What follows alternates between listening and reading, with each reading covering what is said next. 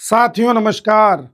साथियों, ये जो हफ्ता है ये दुनिया के लिए सबसे इम्पोर्टेंट हफ्ता है जो अभी गुजर रहा है, और भारत के लिए भी सबसे इम्पोर्टेंट है।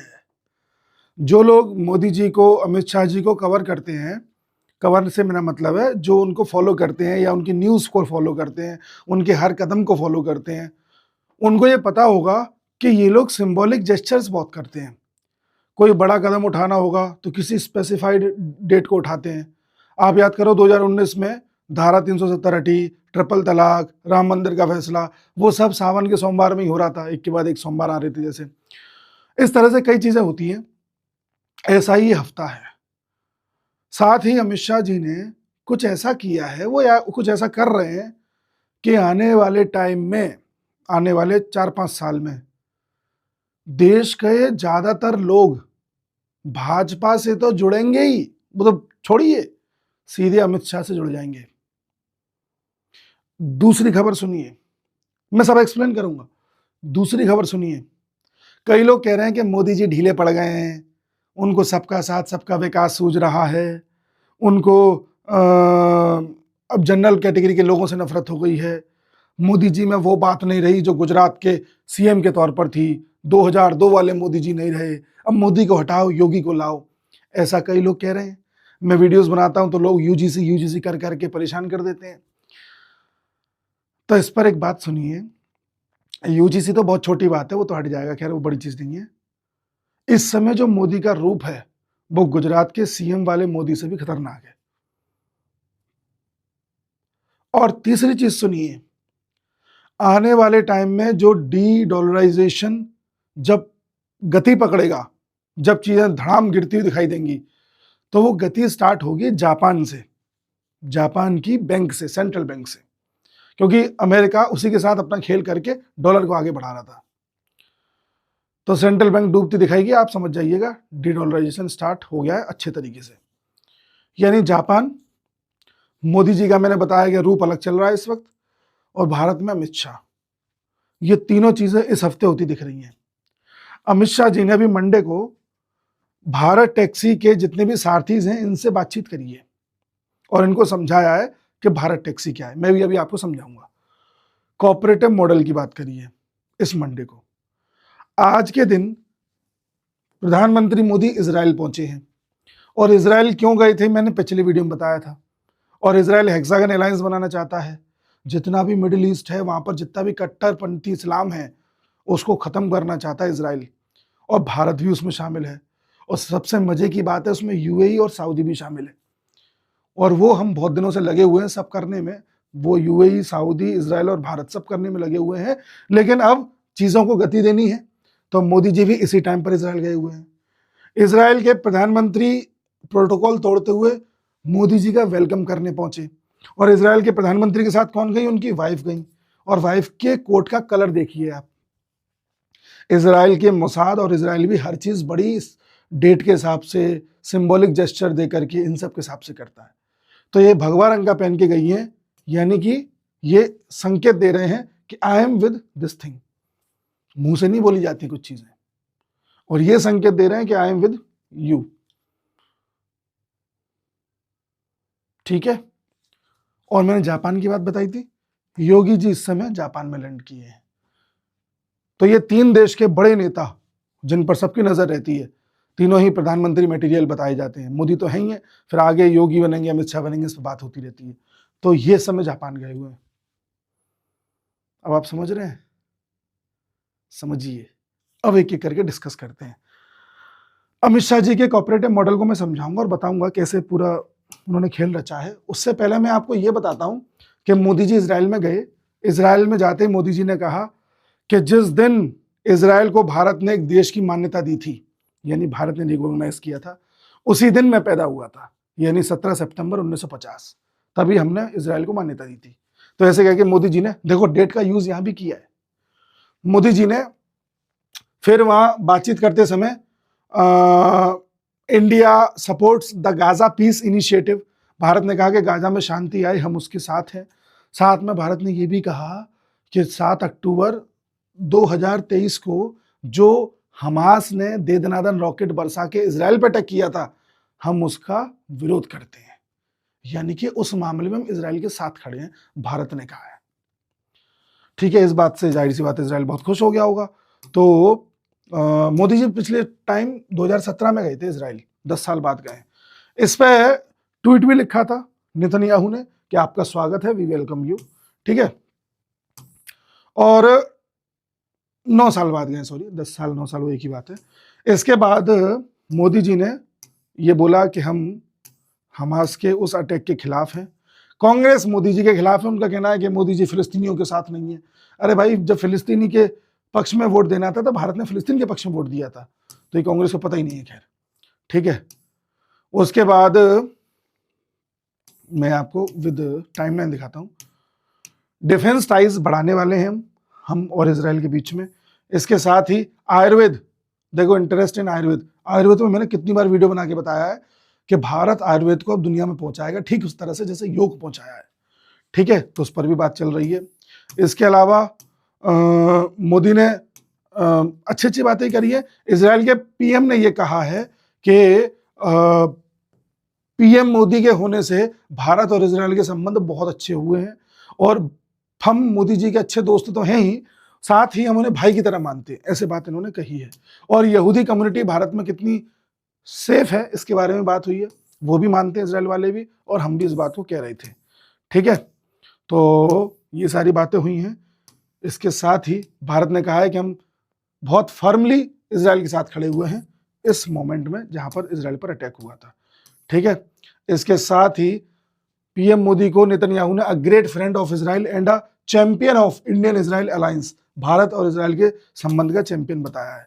ठीक है, ये सारी बातें हुई है।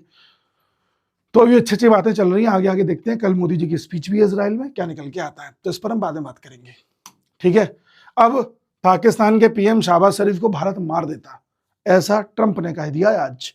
ट्रंप का कहना यह था, ऐसे संबोधित कर रहे थे तो उनका कहना यह था कि देखो मेरे आते ही मैंने 8 युद्ध रुकवाए, उन 8 युद्धों का नाम लिया, भारत पाकिस्तान का नाम भी लिया। कहा कि अगर मैं नहीं होता तो 35 लाख लोग मर जाते, न्यूक्लियर अटैक हो जाता, शहबाज शरीफ मर जाता, पाकिस्तान का पीएम मर जाता, ऐसे करके बोला इन्होंने। अब ये जुबान फिसली या क्या था मुझे नहीं पता, बट हाँ, पाकिस्तान की दुर्गति धीरे धीरे आपको तमाम जगह से सुनाई देगी। और ट्रंप मुझे लग रहा है किसी दिन खुल के ही ना कहते हैं कि भारत पाकिस्तान पर न्यूक्लियर अटैक करने वाला था, वो मैंने बचा लिया है, जो भी है। तो इस तरह से ये बेचारा जलील हो गया है। अब ये कुछ नहीं कर सकता, ये भी नहीं कह सकता कि ट्रंप झूठ बोल रहे हैं, ये भी नहीं कह सकता कि नहीं नहीं ट्रंप की जुबान फिसल गई है। ये तो कुत्ता है पाकिस्तान, तो कुत्ते का काम होता है मालिक को देख के दो मिलाना, मालिक टुकड़ा डाल देगा वो खा लेगा ऐसे करके। तो कुत्ते कुत्ते होते हैं, तो कुत्तों का कुछ नहीं होता। इसीलिए जो लोग ये कहते हैं कि अरे पाकिस्तान ये कर देगा, कुछ नहीं करेगा यार। पाकिस्तान का हमने वो हाल कर दिया था, किसी ने उम्मीद भी नहीं की थी। ये तो अब निकल निकल के चीजें आ रही हैं। इतना तो मैंने भी नहीं सोचा था। मैं ये समझता था कि भारत ने पाकिस्तान के न्यूक्लियर ठिकाने के पास अटैक कर दिया, या हमें लगा कि शायद हमें पता नहीं था अटैक हो गया।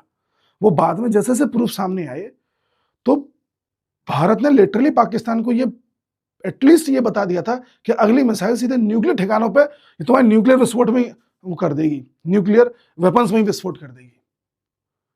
और अगर भारत का दिमाग ज्यादा खराब हो जाता तो हो सकता है पाकिस्तान के पीएम को ही मार देती या आसिम मुनीर को मार देता, कुछ भी कर देती हमारी फौज।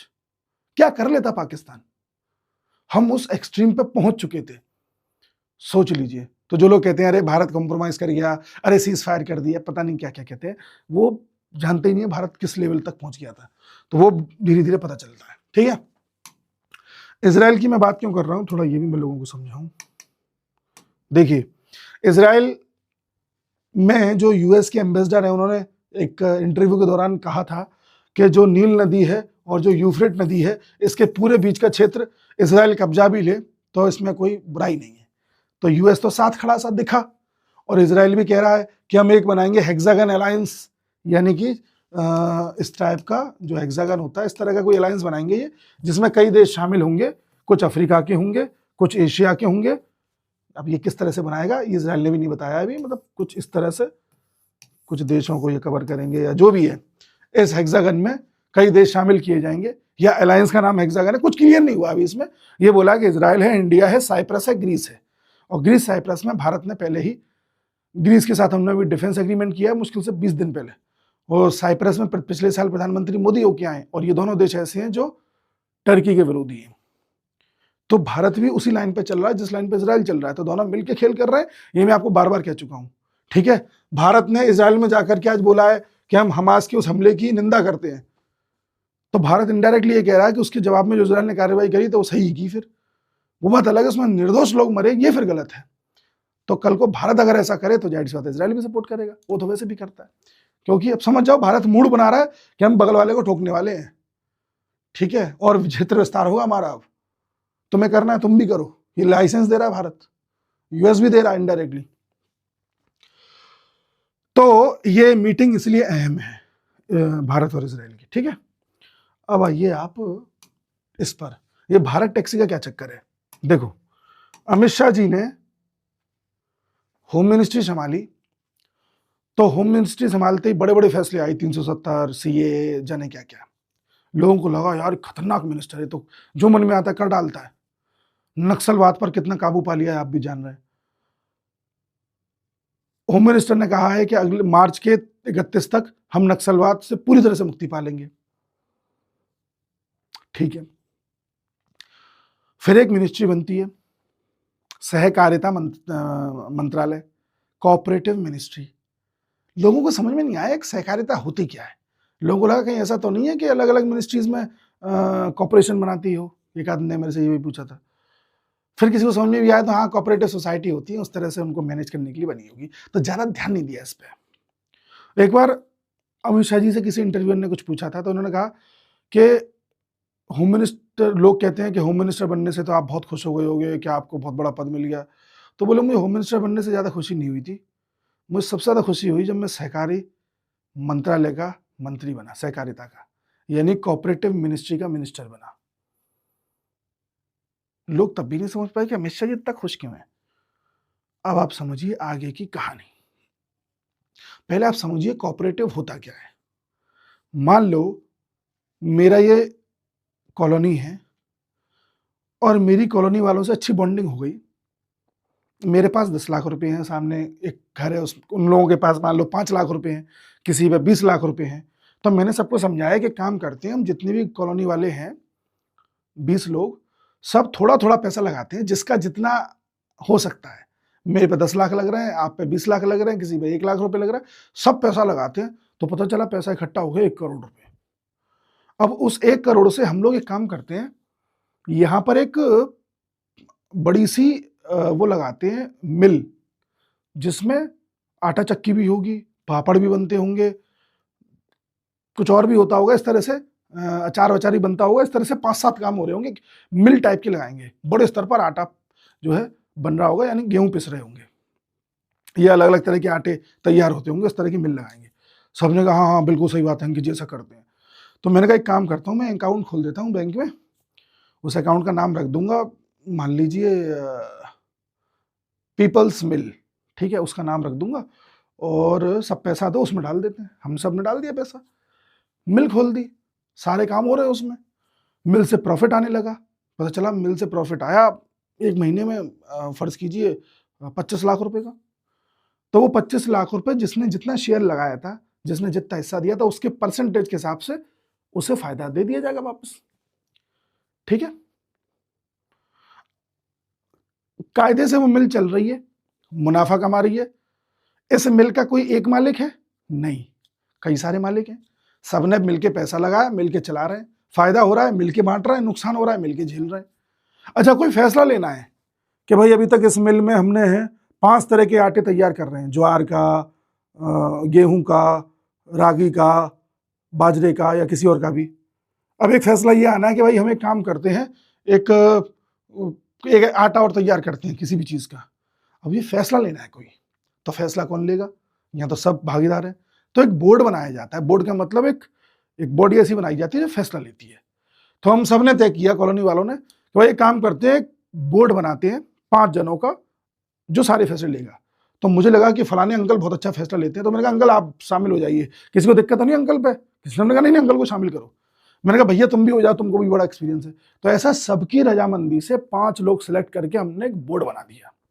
अब ये जो कह देगा वही फैसला माना जाएगा, और हमें लगा कोई आदमी गड़बड़ कर रहा है तो हम सब मिलके उसकी जगह किसी और को रख देंगे। स्ट्रक्चर समझ में आ गया आपको? बस यही है भारत टैक्सी। अभी टैक्सी कौन, देखो अभी आपको कहीं जाना होता है तो आप क्या करते हो, मान लीजिए ओला बुक करते हो या उबर बुक करते हो या आप रैपिडो बुक करते हो, ठीक है। मान लो आपने रैपिड में से कुछ भी बुक किया और आप एक जगह से दूसरी जगह गए, किराया जो आपका हुआ आपने उसे किराया दिया 100 रुपया, ठीक है। अब 100 रुपये में से क्या होता है, डिपेंडिंग अपॉन एरिया कंडीशन, 100 रुपये में से 20 रुपये या 30 रुपये यानी 20 से 30% तक कट जाता है ड्राइवर को। जो मिला आपने जो ड्राइवर को दिया उसमें से इसे 20 से 30 रुपये देने पड़ेंगे, किसको, इनके मालिक को, यानी कि इस कंपनी के पास चले जाएंगे, इनके मालिक के पास। ड्राइवर के पास कितने बचे, मान लो मैं 20% मान लेता हूं, तो ड्राइवर के पास बचे 80 रुपये। अब इन 80 रुपये से ड्राइवर को अपने पास भी रखना है, तेल भी डलवाना है, गाड़ी की मेंटेनेंस भी देखनी है, सब कुछ करना है इसी 80 में से, ठीक है।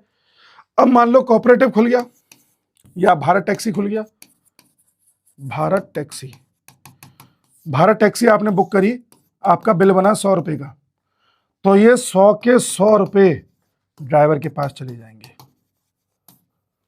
इसमें भी कई मॉडल्स हैं।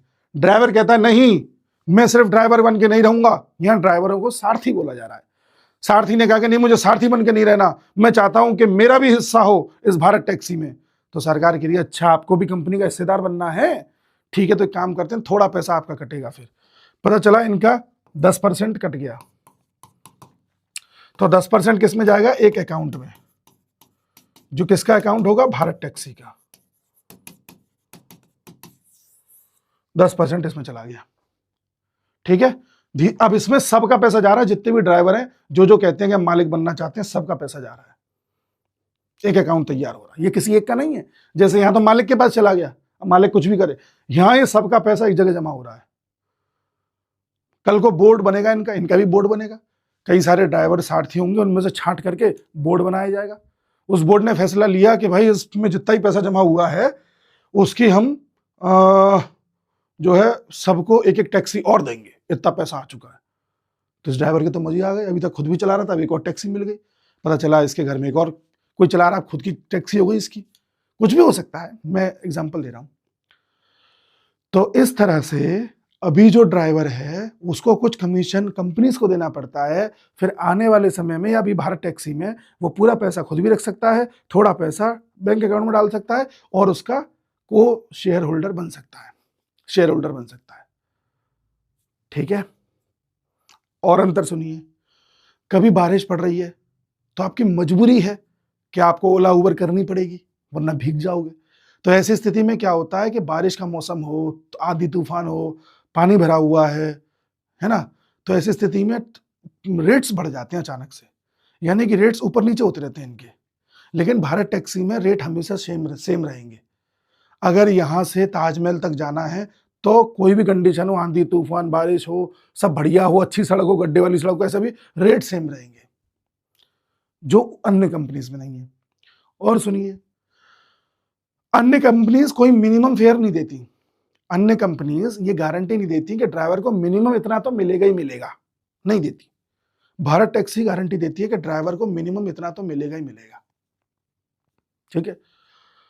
और भारत टैक्सी इंश्योरेंस की व्यवस्था कर रही है, इसी में इंश्योरेंस भी है ड्राइवर का, मेडिकल इंश्योरेंस, हेल्थ इंश्योरेंस, गाड़ी का इंश्योरेंस, सब कुछ है। इसमें महिला ड्राइवर्स भी हो सकती हैं, सारथी हो सकती हैं। इसमें सेफ्टी की पूरी व्यवस्था है, पुलिस के थानों के साथ कोऑर्डिनेशन है, एप्लीकेशन को कहीं भी डाउनलोड किया जा सकता है, ट्रैक किया जा सकता है गाड़ी को, सारी सुविधाओं से लैस है, समझ गए। अब इसमें एक कहानी और समझो।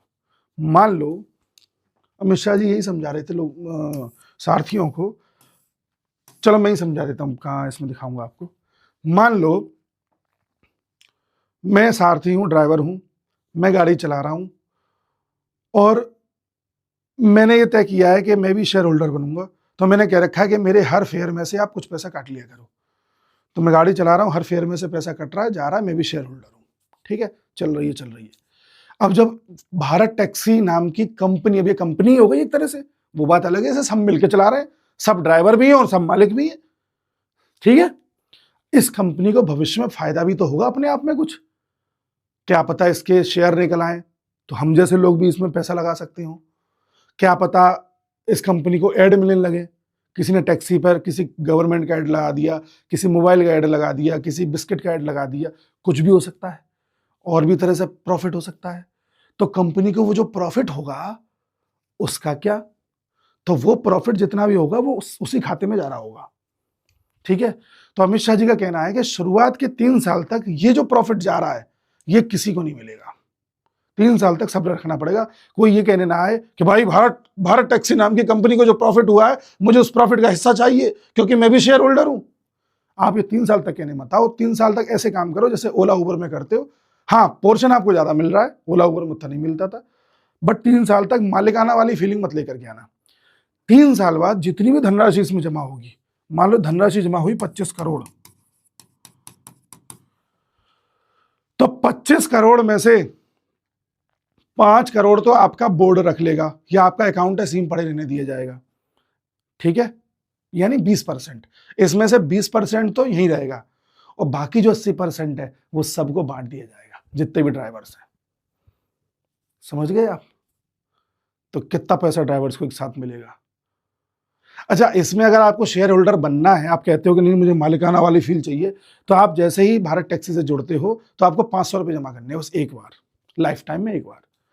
तो मुझे अगर भारत टैक्सी में जुड़ना है तो मैं भी जाऊंगा, 500 रुपये जमा करूंगा, अपनी टैक्सी को भारत टैक्सी पर रजिस्टर कर लूंगा। आज से मैं उसका को ओनर भी हो गया, मैं उसका शेयर होल्डर भी एक तरीके से हो गया और मैं ड्राइवर भी हो गया और मैं अपनी राइड पे जा रहा हूं, मुझे मिनिमम पैसा मिलेगा ही मिलेगा और बाकी जो पैसा मेरा होगा वो पूरा मेरा है।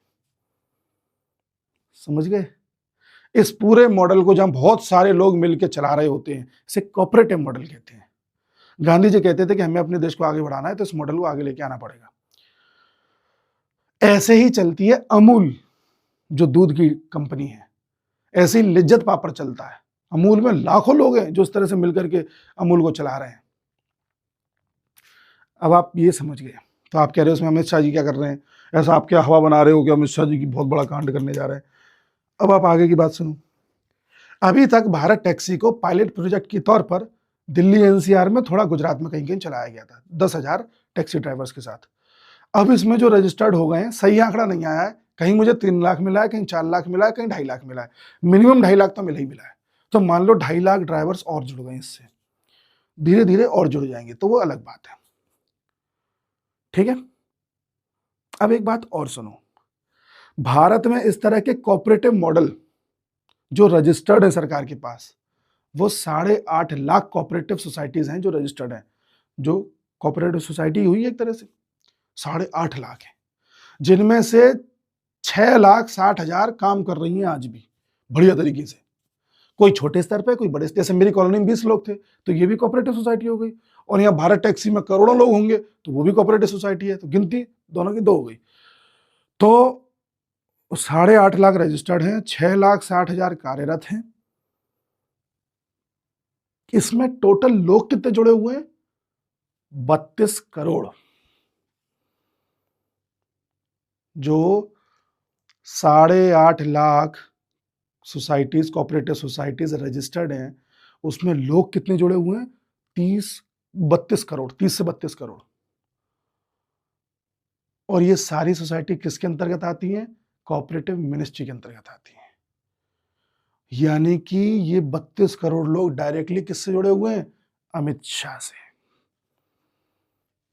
समझ गए? अब ये भारत टैक्सी वाले कल को पैसा कमाएंगे, मुनाफा कमाएंगे 3 साल बाद, एकदम से मुनाफा आएगा इनके पास, तो ये किसे याद करेंगे? अमित शाह को। समझ गए? ऐसी तो टैक्सी आई है, आने वाले समय में प्लम्बर्स के लिए इस तरह से बनाई जाएगी कि आप ऐप डाउनलोड करो, प्लम्बर आएगा करके जाएगा, उसको ज्यादा पैसा मिलेगा, सारे प्लम्बर जुड़े हुए हैं आपस में। ऐसे ही एसी रिपेयर वाले जुड़ जाएंगे, टीवी रिपेयर वाले जुड़ जाएंगे, मोबाइल रिपेयर वाले जुड़ जाएंगे, ठीक है ना। और क्या होता है, जितनी भी सेवाएं आप सेवा करने की, जैसे मिस्त्री होते हैं वो जुड़ गए, पेंटर जुड़ जाएंगे, और मान लीजिए ट्यूशन टीचर भी जुड़ सकते हैं, तो ये सब जुड़ जाएंगे। और जब ऐसे कई सारी सोसाइटीज बन जाएंगी और लोगों को जब फायदा होने लगेगा, तो सब किसको याद करेंगे? अमित शाह को। तो अभी 30 करोड़ लोग हैं, सोचो 8.5 लाख सोसाइटीज रजिस्टर्ड है और अभी भी 6,60,000 काम कर रही हैं अच्छे से, और ये पिछले 10 साल से कर रही हैं ढंग से। तो यानी कि ये मॉडल बहुत सक्सेसफुल है, ये फेल्ड मॉडल नहीं है। फेल्ड होता तो 8.5 लाख में से केवल 50,000 काम कर रही होती, सब बंद हो गई होती। समझ रहे हो? तो ये सब किसको धन्यवाद देंगे? अमित शाह को। अभी तो 30 करोड़ बताएं, जब ये बाकी पूरा प्रोग्रामिंग हो जाएगी तो एक टाइम पर आधा देश, 80 करोड़ लोग अमित किससे जुड़े होंगे? भाजपा से नहीं, अमित शाह से। समझ गए? और इससे फायदा भी सबको है भाई। मुझे भी फायदा है कि मुझे एक ही प्लेटफॉर्म पे सब मिल रहा है, और इनको ये फायदा है कि इनको ज्यादा मुनाफा मिल रहा है। कोई एक जना ओनर बन के सबको चूस रहा है, ऐसा भी नहीं है। नुकसान ये है कि कल को हड़ताल करी तो सबके सब एक साथ करेंगे, इसमें हड़तालबाजी भी हो सकती है ना। बोर्ड ऑफ जो इनका डायरेक्टर्स है या जो भी इनका बोर्ड बनेगा, उसने कोई फैसला ले लिया ऐसा कि मिनिमम 100 रुपये तो हम लेंगे ही लेंगे, तो फिर क्या करोगे? तो उसके भी अब देखो कोई ना कोई नियम कायदे कानून आएंगे। बट इस तरह से देश कौन चला रहा है अभी? अमित शाह। बाहर के जितने भी फैसले हैं कौन ले रहा है? नरेंद्र मोदी। आपको देश की एक्टिविटीज में मोदी जी ज्यादा नहीं दिखाई देंगे, कभी कभार पार्लियामेंट में दिख जाएंगे, कभी फाइनेंशियल डिसीजन होगा कोई ले लेंगे, बाकी सब एक्सटर्नल अफेयर संभाल रहे हैं वो। देश दे दिया अमित शाह को, संभालो। और लीडर कौन तैयार हो रहा है? योगी आदित्यनाथ। समझ गए? इस तरह से हो रही है चीजें। तो मोदी जी इस समय किस चीज पे लगे हैं? डी रेडिकलाइजेशन पे, कि ये जहां से चीजें पनपती हैं उन सबको अब ठंडा कर दो। तो ये बड़ा काम नहीं है, इसलिए मैं कह रहा हूं सबसे बड़ा काम तो उन्होंने पकड़ रखा है। दूसरा बड़ा काम, देश के जितने भी आम नागरिक हैं, देश में बहुत सारी इंडस्ट्रीज तो रातों रात नहीं खोल सकते, लेकिन सभी को रातों रात मालिक बना सकते हो, चाहे छोटे से शेयर होल्डर का ही सही। तो कोऑपरेटिव सोसाइटी खोलो जल्द से जल्द, ज्यादा से ज्यादा, ठीक है। और ऐसे देशों से पहले ही डील कर लो जो आने वाले समय में हिलने वाले हैं, कि आओ यूपी में इन्वेस्टमेंट कर दो, हम तुम्हें संभालेंगे। तो योगी आदित्यनाथ। समझ गए? इस तरह से चीजें चल रही हैं। बाकी मिलते हैं अगले वीडियो में, तब तक के लिए जय श्री राम।